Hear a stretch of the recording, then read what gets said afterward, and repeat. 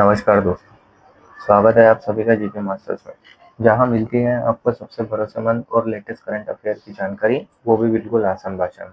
चलिए शुरू करते हैं आज की डेली करंट अफेयर की क्लास। यहाँ आपको मिलेगा डेली करंट अफेयर, वीकली और मंथली रिवीजन, एमसीक्यूज और क्विज भी। तो अभी चैनल को सब्सक्राइब करें और बेल आइकन भी दबाएं। तो चलिए शुरू करते हैं आज की class. Question number first, recently the finance minister has removed the 11% import duty on cotton for how long? हाल ही में वित्त मंत्रालय ने कपास पर लगने वाले 11% आयात शुल्क का कब तक के लिए हटा दिया गया है?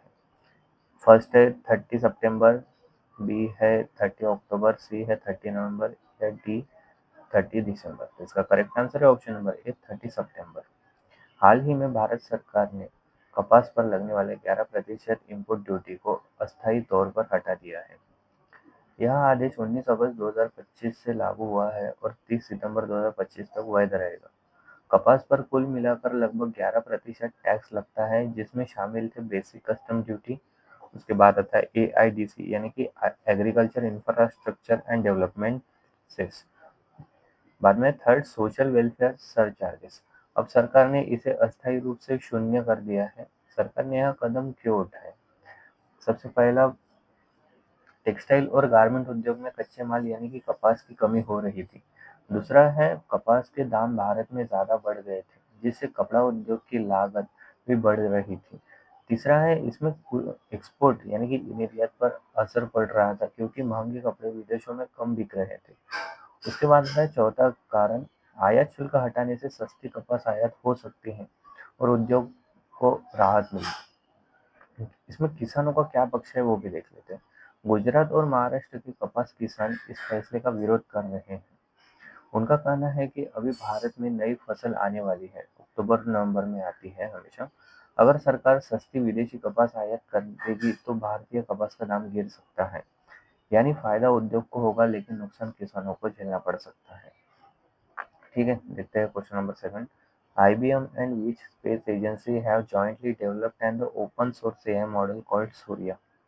IBM और किस अंतरिक्ष एजेंसी ने संयुक्त रूप से सूर्या नामक ओपन सोर्स एआई मॉडल विकसित किया है?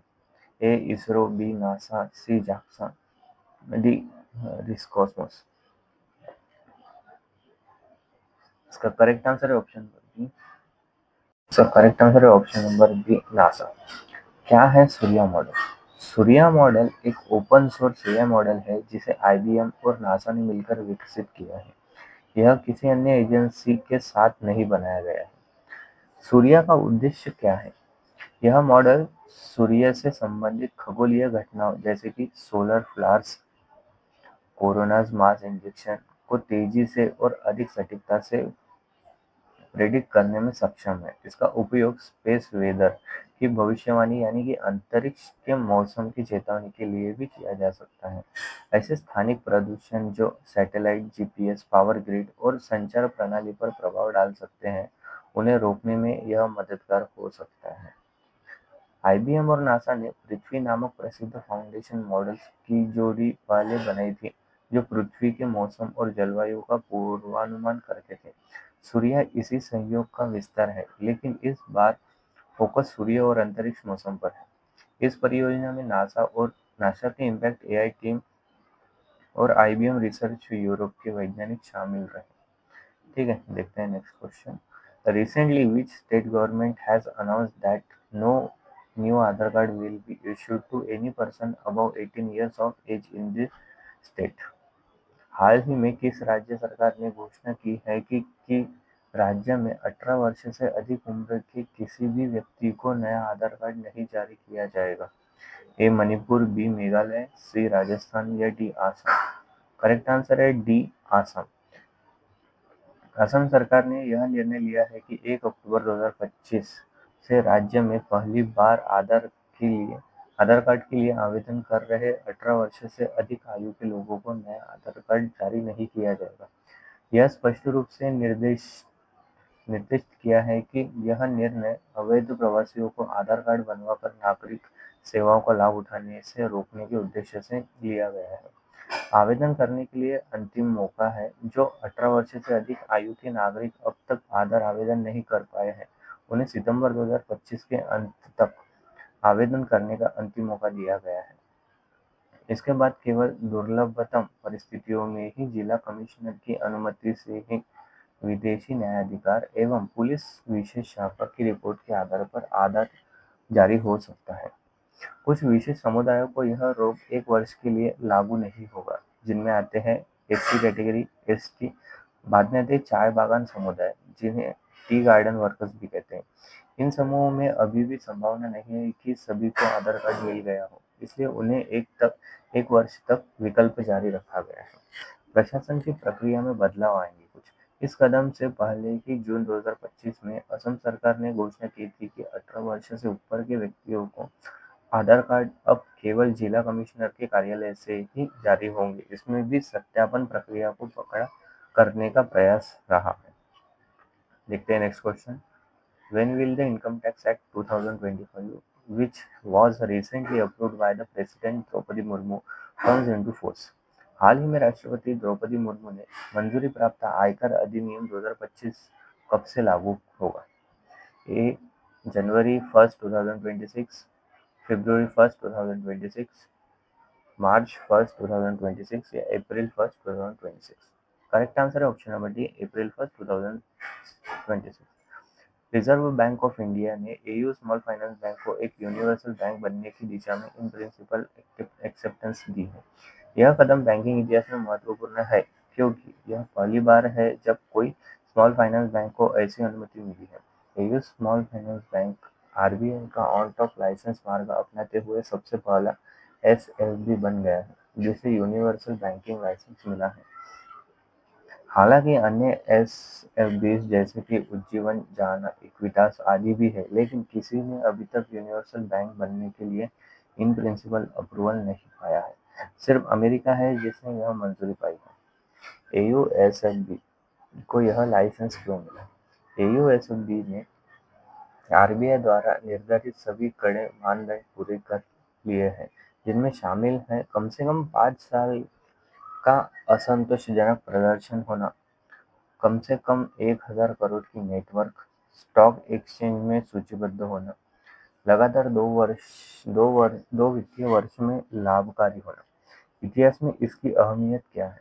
यह आरबीआई की ओर से पिछले लगभग 1 दशक में जारी किया गया पहला यूनिवर्सल बैंक लाइसेंस है। पिछली बार ऐसी मंजूरी बंधन बैंक को 2015 में मिली थी। देखते हैं question number 5। How much money will the youth who get their first job in the private sector under the recently launched प्रधान मंत्री विकसित भारत रोजगार योजना receive from the government? हाल ही में शुरू प्रधानमंत्री विकसित भारत रोजगार योजना के तहत निजी क्षेत्र में पहली नौकरी पाने वाला युवा को सरकार से कितने रुपए प्राप्त होंगे? ए 10,000, बी 15,000, सी 20,000 या डी 25,000? Option number B 15,000। प्रधानमंत्री नरेंद्र मोदी ने 15 अगस्त 2025 को स्वतंत्रता दिवस के अवसर पर इस योजना का उद्घाटन किया। सरकार यह राशि 15,000 के रूप में सीधे युवाओं को देगी, जो पहली बार निजी क्षेत्र में नौकरी पा रहे हैं। योजना के अनुसार यह राशि 2 किस्तों में दी जाएगी। पहली 6 महीने की नौकरी पूरी होने पर, दूसरी बार 12 महीने की नौकरी पूरी होने पर और वित्तीय साक्षरता कार्यक्रम पूरा करने पर। इस योजना के तहत प्राइवेट सेक्टर में पहली नौकरी पाने वाले युवाओं को सरकार 15,000 देगी। यह समर्थन सीधे बैंक खाते में जमा किया जाएगा और इसे 2 किस्तों में बांट दिया गया है। पहला भुगतान 6 महीने की नौकरी पूरी होने पर और दूसरा 12 महीने के लगातार कार्यकाल और वित्तीय साक्षरता प्रशिक्षण पूरा होने पर। इसलिए सही विकल्प है 15,000। ठीक है, अभी देखते हैं strategy. A medieval Gajapati kingdom in the Indian subcontinent originally belonged to which region? भारतीय उपमहाद्वीप में एक मध्ययुगीन गजपति साम्राज्य मूल रूप से किस क्षेत्र से संबंधित था? ए मैसूर, बी बंगाल, सी डेक्कन या डी ओडिशा? करेक्ट आंसर है option number D, Odisha. Gajapati साम्राज्य एक मध्यकालीन हिंदू राज्य था जो 15वीं शताब्दी में ओडिशा क्षेत्र में स्थापित हुआ था। इसे कपिलेंद्र देव ने 1434 में स्थापित किया था। गजपति शब्द का अर्थ होता है हाथियों का स्वामी, क्योंकि ओडिशा के शासक अपने विशाल हाथी दल के लिए प्रसिद्ध थे। यह साम्राज्य अपने चरम पर बंगाल, आंध्र प्रदेश, तमिलनाडु और छत्तीसगढ़ के हिस्सों तक फैला हुआ था। गजपति शासक जगन्नाथपुरी मंदिर के बड़े संरक्षण और अनुयायी माने जाते थे। देखते हैं नेक्स्ट क्वेश्चन। अनोखीलाल मिश्रा, समता प्रसाद, नागुक Maharaj, Kishan Maharaj represent the rich tabla tradition of which घराना? अनोखीलाल मिश्रा, इसका ऑप्शन देख लेते हैं। किराना घराना, पटियाला घराना, बनारस घराना या D Gwalior Gharana? Correct answer option number C, Banaras Gharana. Banaras घराना की स्थापना 18वीं शताब्दी में राम सहाय जी ने की थी। यह घराना खास तौर पर तबला वादक के लिए प्रसिद्ध है। यह घराने की खासियत है तेज और जटिल बोल, नाटकीय रस, स्पष्ट उच्चारण और लय की गहराई। अनोखीलाल मिश्रा, पंडित समता प्रसाद, नन्नकू महाराज, किशन महाराज जैसे महान तबला वादक इसी घराने की गौरवशाली परंपरा से आते हैं। बनारस घराने का संबंध काशी वाराणसी से है, जो है और आज भी इसका बड़ा महत्व भारतीय शास्त्रीय संगीत में है। देखते हैं next question. On which date is the international friendship day proposed by the United Nations General Assembly celebrated every year? संयुक्त राष्ट्र महासभा द्वारा प्रस्तावित अंतर्राष्ट्रीय मैत्री दिवस प्रतिवर्ष किस तारीख को मनाया जाता है? ए 30 जुलाई, बी 31 जुलाई, सी 1 अगस्त या डी 2 अगस्त? संयुक्त राष्ट्र महासभा ने 2011 में प्रस्ताव पास करके इंटरनेशनल डे ऑफ फ्रेंडशिप घोषित किया। इसका उद्देश्य है देशों और संस्कृतियों के बीच शांति, भाईचारा और आपसी विश्वास को बढ़ावा देना, युवा और समुदायों को सामाजिक सौहार्द और समझ के लिए प्रेरित करना। इसलिए हर साल 30 जुलाई को अंतर्राष्ट्रीय मित्रता दिवस मनाया जाता है। हालांकि भारत सहित कुछ देशों में इसे अगस्त के पहले रविवार को भी मनाया जाता है, लेकिन यूएन का आधिकारिक दिन 30 जुलाई ही है। देखते हैं next question. Which one of the following is a strong acid? निम्नलिखित में से कौन सा एक प्रबल अम्ल है? A acetic acid, B sulphuric acid, C carbonic acid या डी लैक्टिक एसिड? इसका करेक्ट आंसर है option number B, sulphuric acid. देखते हैं last question. What is the limited treatment given by and the untrained person in case of any disease or injury called? किसी रोग के होने या चोट लगने पर किसी अप्रशिक्षित व्यक्ति द्वारा जो सीमित उपचार किया जाता है उसे क्या कहते हैं? A medical treatment, B emergency treatment, C first aid या D all of above? Correct answer option number C, first aid. First aid का मतलब है किसी भी दुर्घटना, चोट या अचानक बीमारी की स्थिति में अप्रशिक्षित व्यक्ति द्वारा दिए जाने वाले सीमित और तुरंत किया गया उपचार। इसका उद्देश्य होता है कि स्थिति को और बिगड़ने से रोकना, मरीजों को राहत देना और इसे डॉक्टर या अस्पताल तक सुरक्षित पहुंचाना। मेडिकल ट्रीटमेंट यह केवल प्रशिक्षित डॉक्टर या मेडिकल प्रोफेशनल द्वारा दिया जा सकता है। इमरजेंसी ट्रीटमेंट यह भी डॉक्टर, नर्स या स्वास्थ्य कर्मी द्वारा दी जाता है, लेकिन फर्स्ट एड कोई भी साधारण व्यक्ति थोड़ी जानकारी के साथ दे सकता है। ठीक है, तो दोस्तों ये थी आज की डेली करंट अफेयर की क्लास जीके मास्टर्स। अगर वीडियो पसंद आए तो लाइक करें, शेयर करें और चैनल को भी जरूर सब्सक्राइब करें। मिलते हैं अगली क्लास में कुछ जरूरी जानकारी के साथ। तब तक के लिए धन्यवाद और पढ़ते रहिए जीके मास्टर्स के